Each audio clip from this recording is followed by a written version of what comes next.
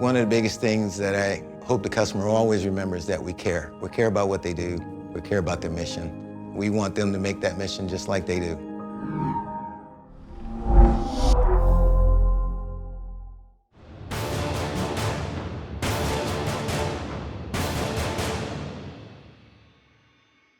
Hi, I'm Rick Whittle with BreakingDefense.com, here covering the Association of the United States Army's annual convention. And with me is Frank Lazzara, who's the head of sales and marketing for Bell, formerly Bell Helicopter. I can't get used to not saying that. And he's going to tell us about Bell's entry in the Army's top priority helicopter program, the Future Armed Reconnaissance Aircraft. Bell has got this pretty exotic looking model behind us of what they propose to build. And Frank, tell us a little bit about this. Did George Lucas come up with the fuselage shape? No, we couldn't get him on board, but we might have tried. So what you see before you is an aircraft with a heavy emphasis on providing a low-risk path for the Army to meet the timeline, the schedule, and the cost objectives for the Future Attack Reconnaissance Aircraft. The Bell 360 Invictus is a great-looking war machine, in my opinion. Heavy emphasis on keeping drag out of the aircraft because we did not want to add a complex propulsor.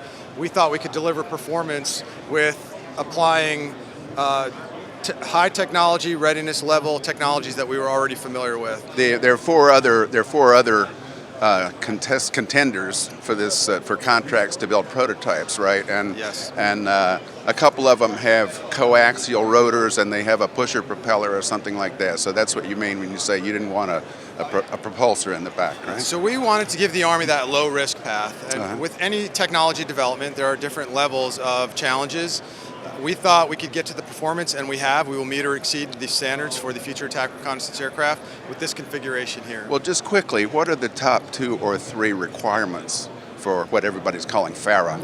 Okay, so there were actually relatively few hard requirements, but the top 2 or 3, speed for one. The threshold for this is 180 knots cruise at max continuous power in combat mission load configuration.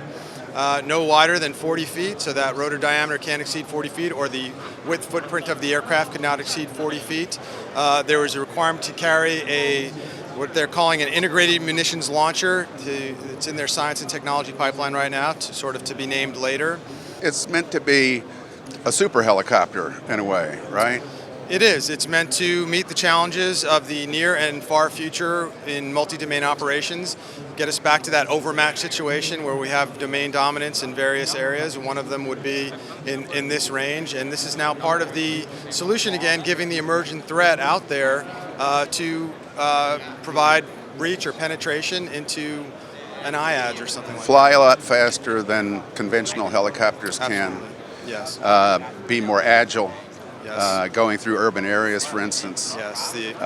And be harder to detect and shoot down, right? Correct. And speed is the number one enabler of that, and also range. Range is a big part of it. One of the requirements, about 135 nautical mile radius with a 90-minute time on station in between there. So yeah, speed and range are great enablers. And to meet the challenges of the future and operate from further away to avoid threat is key to their doctrine. The rear end of this helicopter looks a lot different from most. Tell us about that. So again, staying with the theme of low drag as much as possible, that drove the ducted design for the tail rotor. There are other advantages to the tail rotor. You can see it's also canted, which that is not a new design. You've seen that on other helicopters. That actually provides some lift, so it does offload some of the responsibility from the main rotor solution, giving horsepower back into the main solution. Also back here, what you see is a active horizontal stabilizer. So this controlled by the flight control computers. You know, it's an advanced digital fly-by-wire flight control system. The flight control computers will keep adjusting this throughout flight to maintain the optimum drag profile in the aircraft at all times. So it'll constantly adjust attitude, transparent to the crew, but also another feature. And also these end caps and the fin and the general aerodynamic effects of this shape also help relieve the tail rotor of some of the load in forward flight, so we can keep that horsepower focused on the main propulsion solution. And then down here amidships, tell me about this. So this is, Army has ITEP now, the Improved Turbine Engine Program. It's a program of record. Government furnished ITEP will populate on this side of the aircraft 3,000 horsepower shaft horsepower class. And on the other side is what we're calling a supplemental power unit. So an aircraft like this is an advanced aircraft. APU functionality is going to be absolutely essential. We found a way to get the APU to buy its way onto the aircraft. It'll be a larger engine certified full-time for flight, and it is actually, we have a patent pending for a clutching mechanism that will actually provide additional horsepower to the main transmission. So not only can we offload accessories onto this thing because it's certified for full-time flight, but we can also get some of that horsepower back into the main solution. Well, explain this to me now. One of the reasons that conventional helicopters are limited in speed is the phenomenon called retreating blade stall. Yes. And some of your competitors have these coaxial rotors, one on top of the other, to defeat retreating blade stall. Yes. What is your solution? How does this rotor defeat retreating blade stall? There are several factors. I'll just mention a couple. Primarily the lift-sharing wing, so it relieves the main rotor of some of its lifting responsibility, turns it into an effective propulsor, but it also allows us to tune the speed of the rotor if needed in flight to continue to mitigate the onset of retreating blade stall or tip path speed. So you can keep the pitch of the blade going forward, the advancing blade lower, because you have all that extra power. Yes, and there are several things we can do. It's a combination of factors, those being some of them. The wing, fly-by-wire flight control, and the ability to tune there, and the ability to adjust speed of the main rotor and fast-forward flight. Okay. Well, I'd love to see the inside of the cockpit. Okay.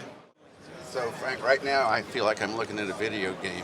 Tell me what I'm looking at here in this cockpit. Okay, so some of this we like to demonstrate art of the possible, that what would be possible well into the future. But actually most of these are flight-ready displays provided by Collins Aerospace, our partner on this program. Large touchscreen displays. This is actually a dual display that's stitched together. You can't even tell that it's stitched together to absorb battle damage if necessary.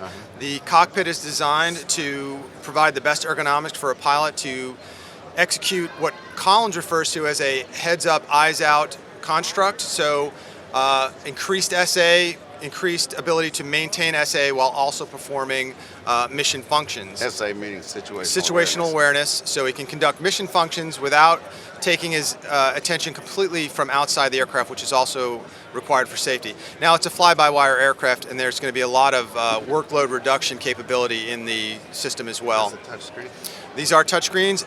There isn't full functionality right now because this is sort of a talk-through demonstration. But anything highlighted in a white box, you can access. So right now, it's running through sort of a scripted approach. So tell me about the controls. Are they pretty conventional? Well, I would say they're not really conventional, but they're conventional in the fact that it's still a collective and a cyclic. Again, a fly-by-wire aircraft, you can actually put those controls anywhere you need to. So we went with side stick control, which like we do on our Bell 525 and our V280. And you can see the way the controls are positioned. If a pilot has his hands on the controls and he just moves his hands out, 6 inches, they're now on mission management controls as well. And those ergonomics, we're getting very positive feedback on that. So you got a two-person crew. What's the division of labor? Well, that remains to be seen. The aircraft is going to be built with full functionality from either cockpit, so you can perform any functions. It's not a gunner-pilot construct like in previous tandem configurations. Any function can be accomplished from either cockpit, and it's designed with a path to autonomy through the digital fly-by-wire flight control system. So in line with the Army's objectives of a sort of a 2-1-0 concept, you could have a crew of 2, you could have a crew of 1, and somebody in a ground control station doing mission functionality or flying functionality.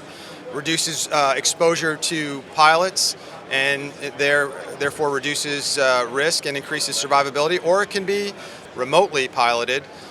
So that's what we're going for here. So it's not gunner and pilot construct. And why did Bell go with this tandem arrangement instead of side-by-side, the way some of your competitors are touting that side-by-side is creating more space in the back?